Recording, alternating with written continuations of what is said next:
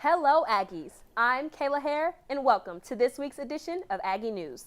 Stay tuned to find out more about how North Carolina A&T's Student Government Association is taking a different approach to addressing student concerns, as well as a newly researched health condition in our local Whole Foods grocery and how it affects us. Stick around as we shed light on a breakthrough in the case of poetic rapper Tupac. Now, here is Grant with today's quick weather hit.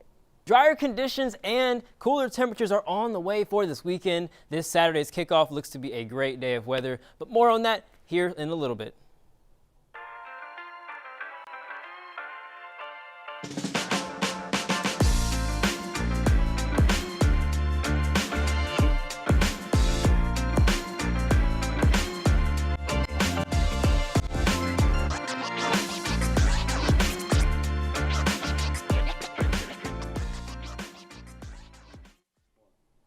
Today is October 6th, and just a week ago, on September 29th, there was a shooting at Dudley High School football game. This is a school that is dear to A&T's history.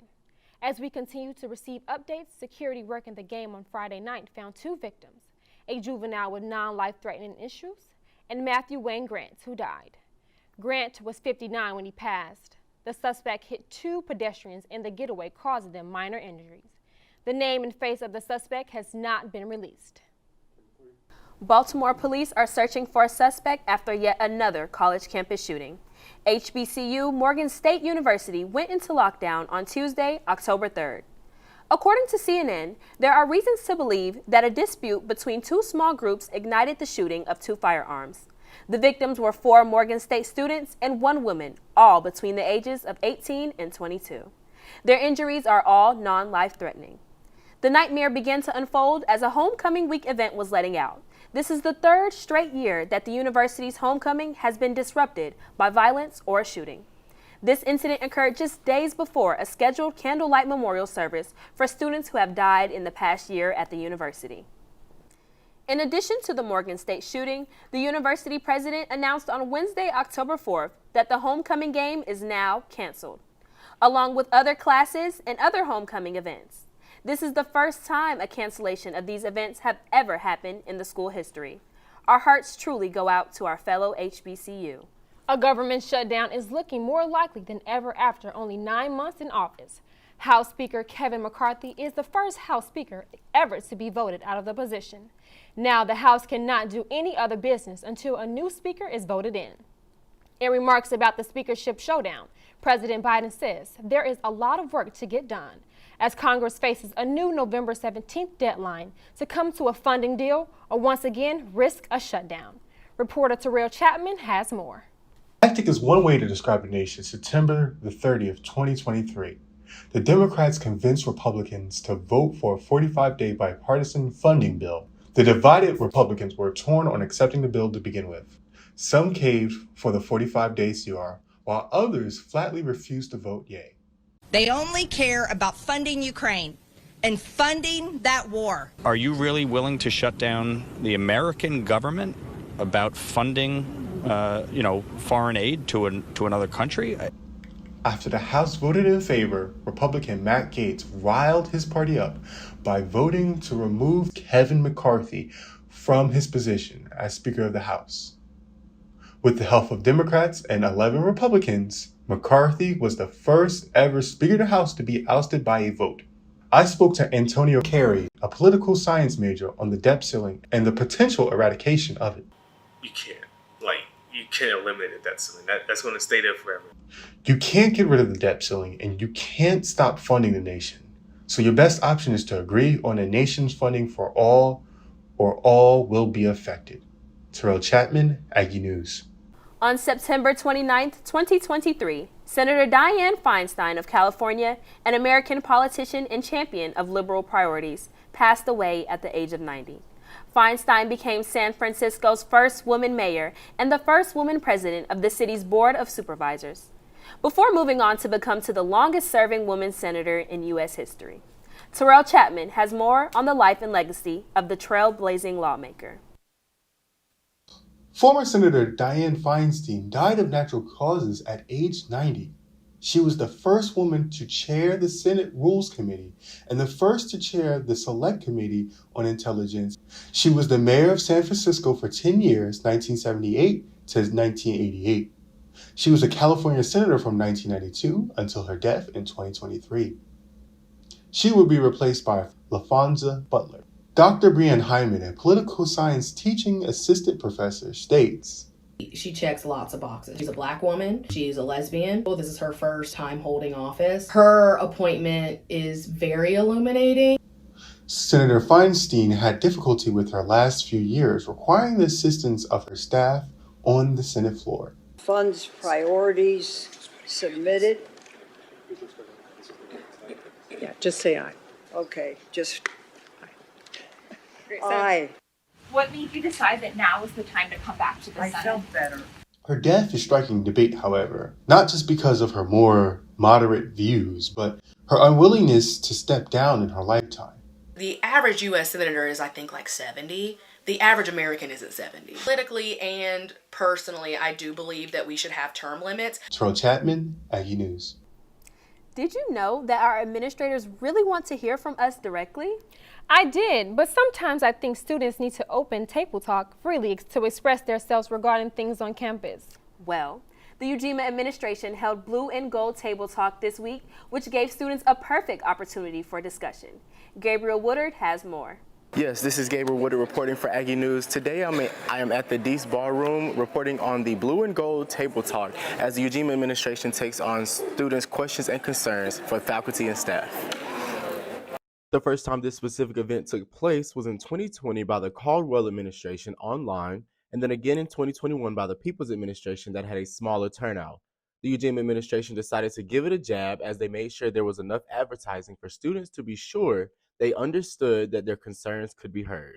For today's event, I want to make sure that students feel comfortable voicing their concerns to people who make change on our campus, whether that be Chancellor Martin, Dr. Lowney, all the other great people here, and even SGA representatives. Shortly after the introduction of campus faculty and staff, Chancellor Harold Martin stood to give a few words about how well A&T is doing, as well as where the university is working to be. From the faculty we hire, to the curriculum requirements of those degree programs, accreditation of those degree programs, and the engagement of the support necessary for you to come here and thrive. Students were able to rotate between different tables to speak with the head of different departments on campus, such as campus parking, housing, counseling services, and financial aid.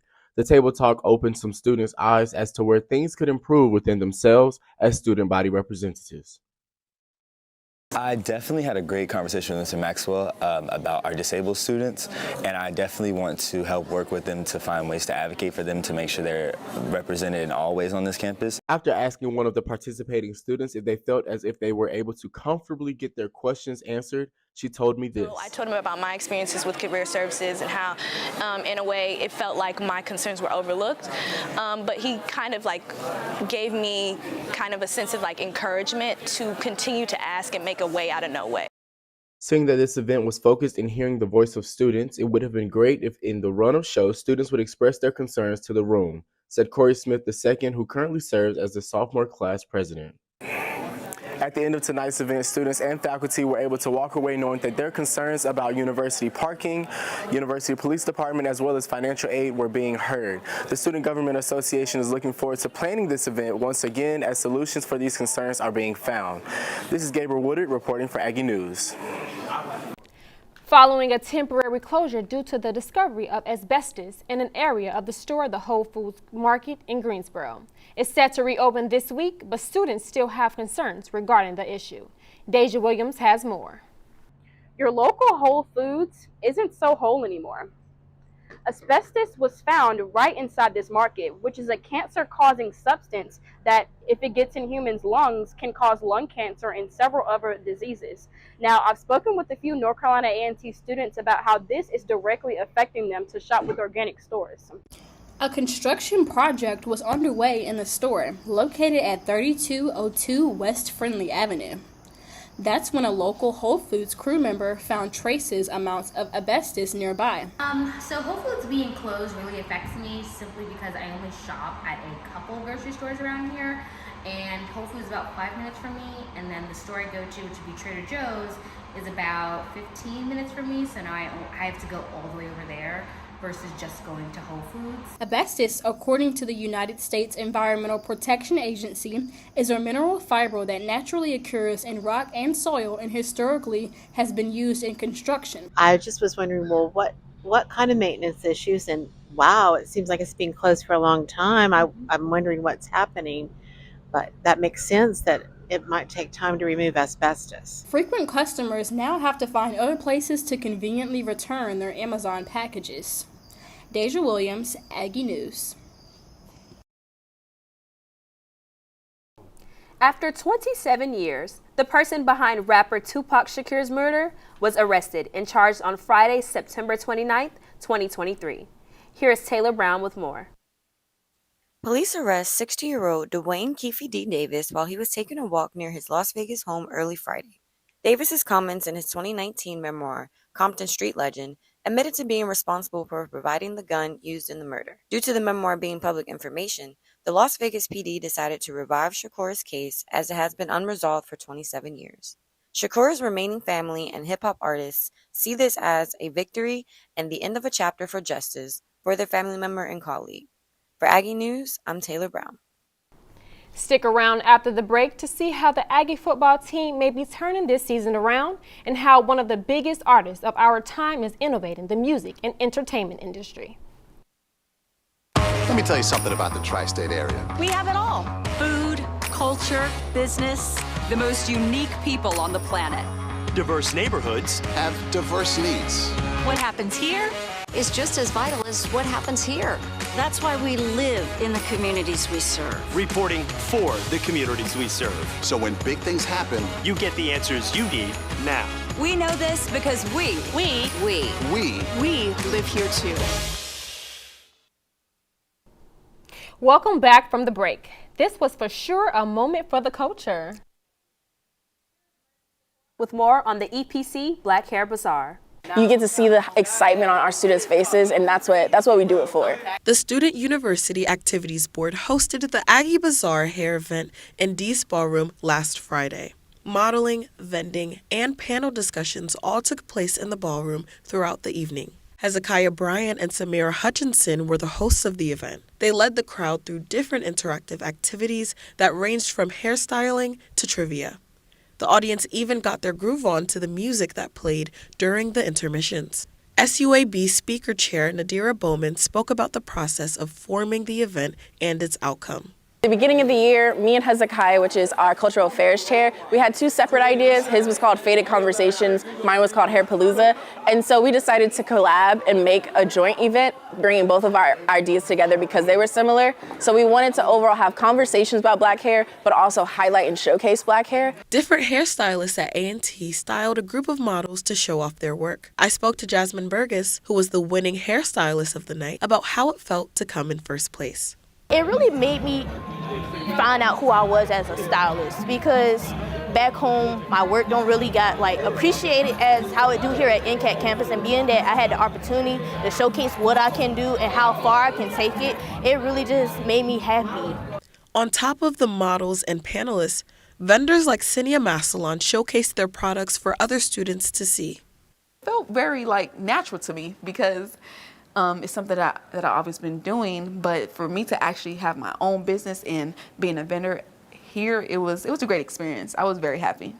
Until next time, I'm Mercy Secor for Aggie News.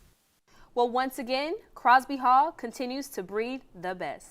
That's right, one of our very own students achieved White House recognition for his work.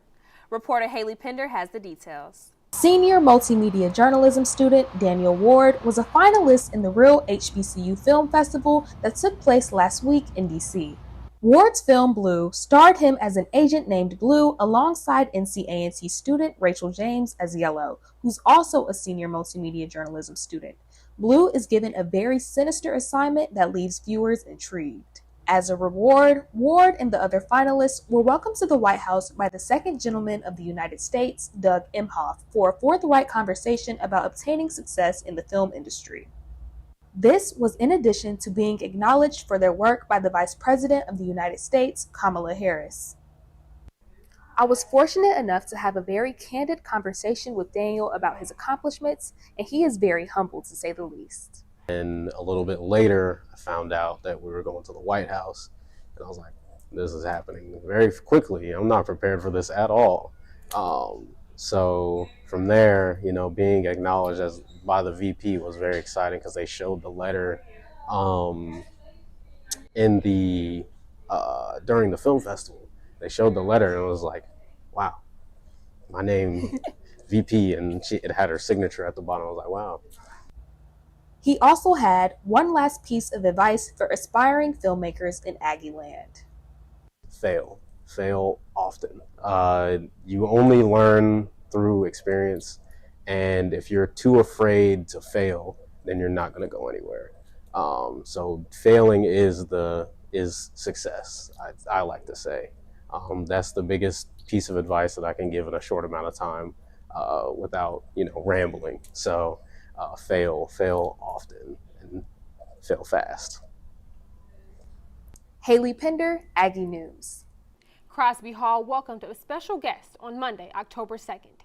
Here was Kayla Hare with more. As we celebrate 50 years in hip-hop, North Carolina's very own icon, Phonte, shows homage to Greensboro.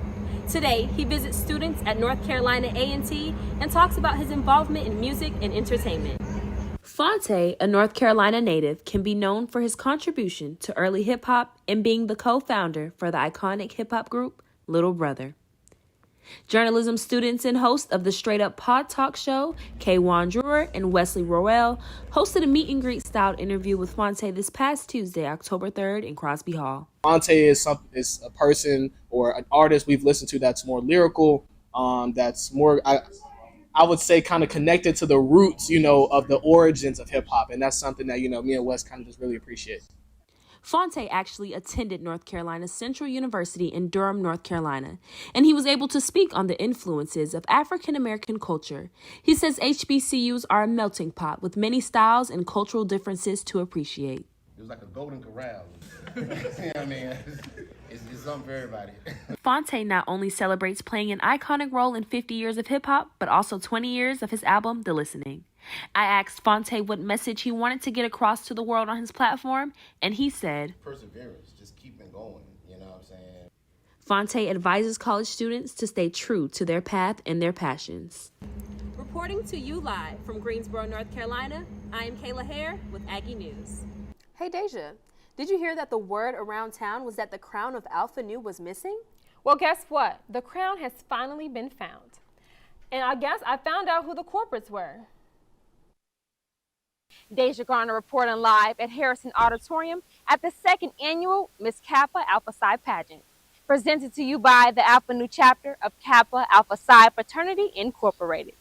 See who will be crowned next as your new Miss Kappa Alpha Psi. October 2nd kicked off Kappa Week 2023 for the Alpha Nu chapter of Kappa Alpha Psi Fraternity Incorporated. Starting off in the Wild Wild West, 7 contestants began their competition to be crowned as the new Miss Kappa Alpha Psi for the 2023-24 school year. The pageant consisted of talent, oratory, swimsuit wear, and ended with a formal gown and question and answer. Contestants were judged based on confidence, articulation, creativity, and substance. Support filled Harrison Auditorium as each contestant's character and story unfolded. The Kappas left the audience in shock, surprising them with a stroll performance and handing out roses to the women. With the Alpha Nu chapter being titled the #1 in the province and the #1 fraternity, this was a great way of continuing to live upon their mission statement. Pageant coordinator Jordan Tate talks more about the impact of the pageant. We really try to exceed on all categories, and the pageant is nothing less than that. And definitely a good start off to our Kappa Week. As the former queens make their final walk, former Miss Kappa Alpha Psi shares her last words. It's a 360 moment. It's like a mirror. Like last year I was doing my first 8-figure walk, and then to be crowned, and now it's now it's my last walk, and the next quarter is going to come in. So it's just a nice full 360 moment. Votes were soon finalized and the positions were set. The new Royal Court of Kappa Alpha Psi reads Monica Kajangu as Miss Kappa Alpha Psi, Juliana Hilton as Miss Alpha Nu, Nigel Bryant as Miss Crimson and Cream, and Kai Ward as Miss 1911. The current Miss Kappa Alpha Psi shares her experience during the pageant. The biggest takeaway I got from participating in the pageant is that my story is unique within its own and is not something to be ashamed of or to hide, and to use that to grow. Like, my own testimony is helpful in every area of life. Stay up to date to see what the Royal Court has to offer for you and the Greensboro community. Be sure to follow them on Instagram at Queens of ANU 1933. Deja Garner reporting in Greensboro, Aggie News. I still can't decide if I want to wear shorts or is it time to bring out the sweatshirts? Neither can I. The weather just can't seem to make up its mind. Maybe Grant can solve our outfit dilemmas.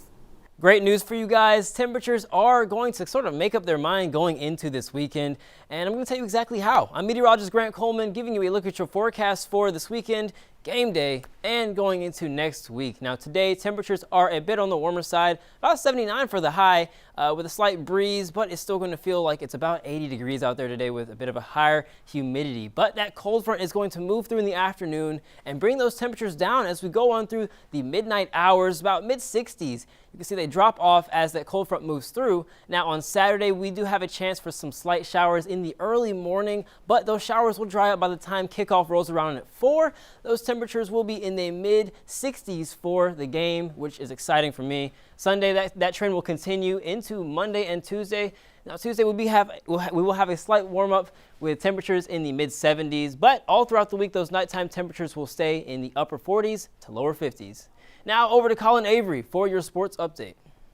Last week, the Las Vegas edge rusher Chandler Jones was released from the team after being arrested in Las Vegas on a domestic violence charge.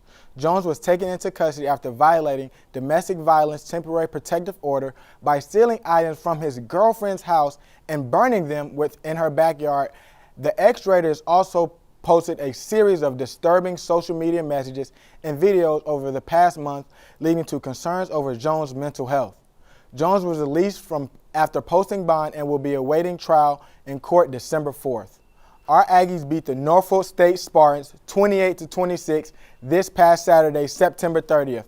The offense finally got rolling, and they were led by true freshman quarterback Kevin White, who ran for $115 and 2 touchdowns.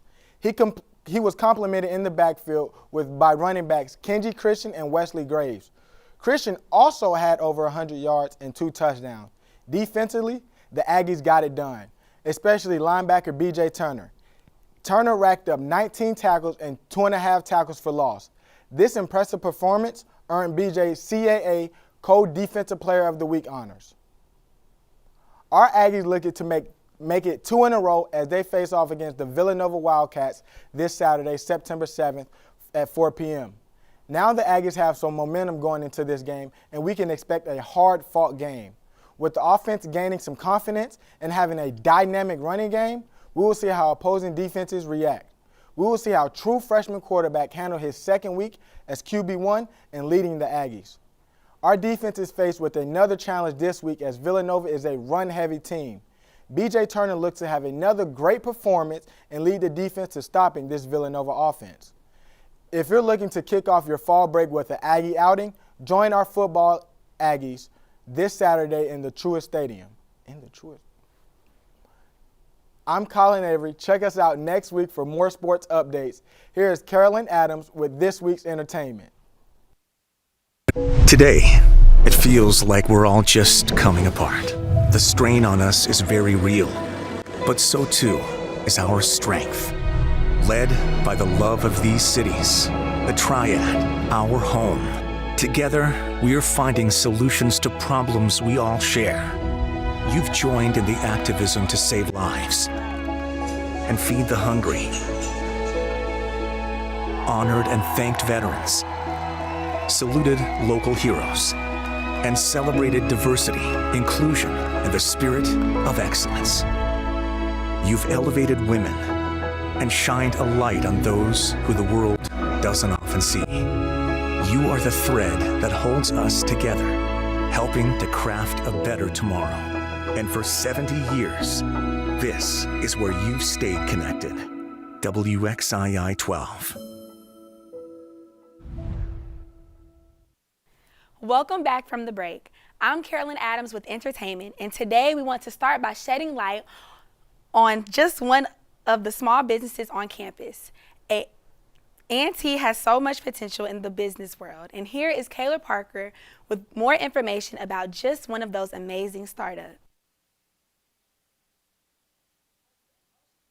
Hello, I am Caitlin Parker, and this is Buzzworthy Business. I am here today with Diamond Miller, and she's going to give us a little bit more insight about her business, Worthwhile Cosmetics. Hi, everybody. I'm Diamond Miller. I am a junior, and my major is social work. Okay. So, Diamond, when did you start Worthwhile Cosmetics? I started Worthwhile Cosmetics roughly 3 years ago, around when COVID had hit. Okay. And so, what was your inspiration for starting your business?